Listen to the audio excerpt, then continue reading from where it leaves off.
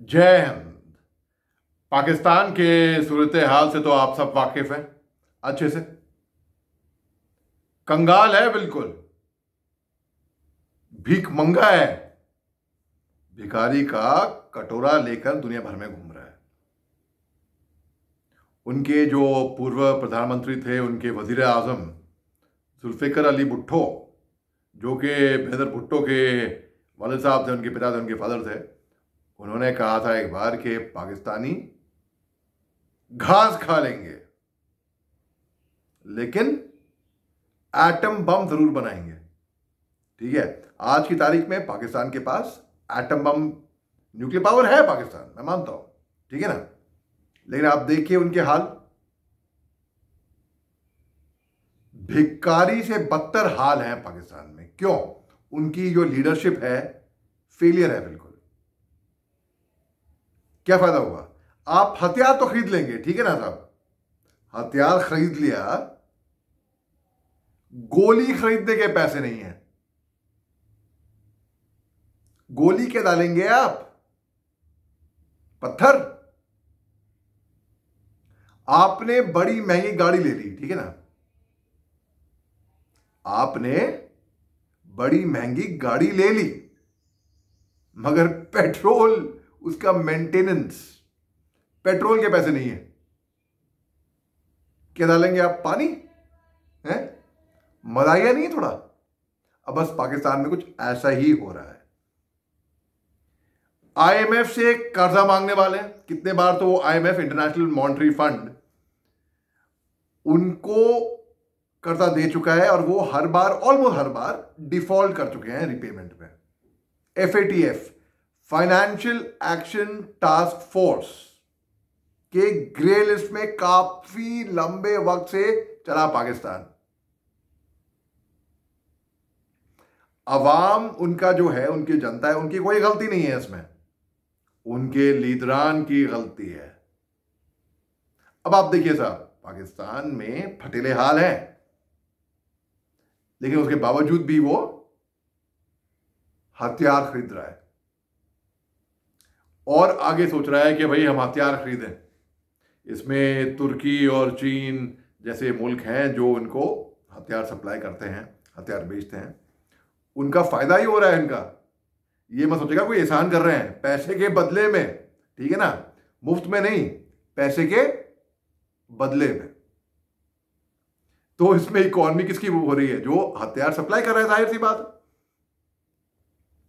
मगर सवाल ये उठता है, देखिए पाकिस्तान ऑर्डर दे रहा है ड्रोन्स का, वॉर टेक्नोलॉजी का, लड़ाकू विमानों का, वॉरशिप्स का, सबमरीन्स का। पैसे आ कहां से रहे हैं साहब?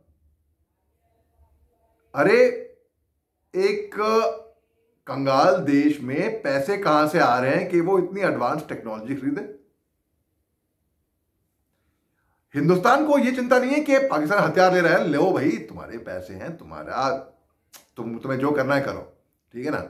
लेकिन हमें फिक्र इस बात की है, हम सोच रहे हैं पैसे कहां से आ रहे हैं आपके पास? कुछ तो गड़बड़ है, कुछ तो लोचा है इसमें।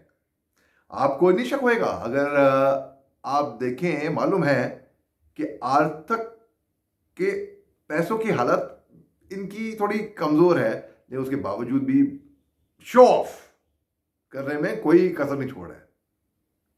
अब वो पैसे आ कहां से रहे हैं, कौन दे रहा है? अरे गरीबों को खाना खिला दो यार अपने मुल्क में। आप पहले अंदर तो अपने गिरबान में देखो आपके देश में चल क्या रहा है, उसके बाद आप अपनी बाकी चीजें आप पुख्ता करिए आप। तो खैर देखते हैं, पाकिस्तान में एक बिल्कुल कॉमेडी सर्कस जो होता है ना, वो हो रहा है।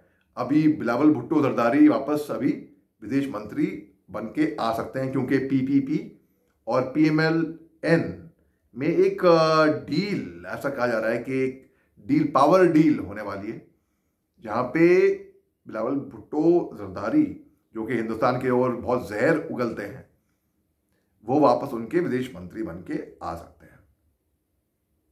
अब पाकिस्तान गया किसके पास? एक ऐसा मुल्क जो बहुत फॉरवर्ड थिंकिंग का है, अजरबैजान। बहुत से हिंदुस्तान के लोग वहां पे बाकू जा रहे हैं, उनका जो उनकी राजधानी है, सही की जा रहे हैं छुट्टियों पे। तो हमारे भी रिश्ते अजरबैजान से ठीक ठाक अच्छे हैं, लेकिन पाकिस्तान ने उसमें भी अपनी नाक पिरो दी। उन्होंने घूम के उनको थैंक यू बोला है, शुक्रिया बोला है, क्योंकि अजरबैजान ने उनका साथ दिया, ऐसा पाकिस्तान का कहना है कश्मीर के मुद्दे पे। भाई एक फिल्म का डायलॉग है पाकिस्तान के लिए, ठीक है ना,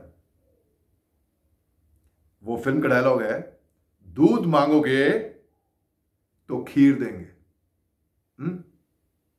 कश्मीर मांगोगे तो चीर देंगे।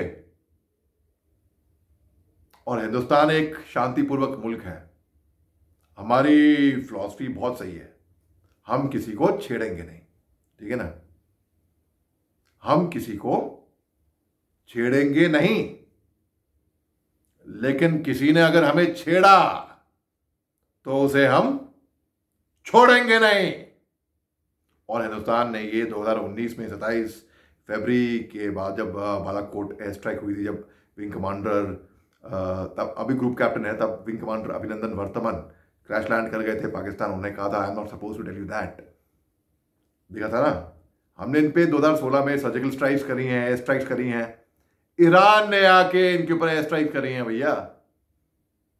तो बिल्कुल बेशरम हो रखा है, यही इनकी ताकत है कि ये बिल्कुल बेशरम है, इनको फर्क नहीं पड़ता है, चाहे ये गधे बेचे, जो कि बेच रहे हैं ये गधे, ये शेरों को इन्होंने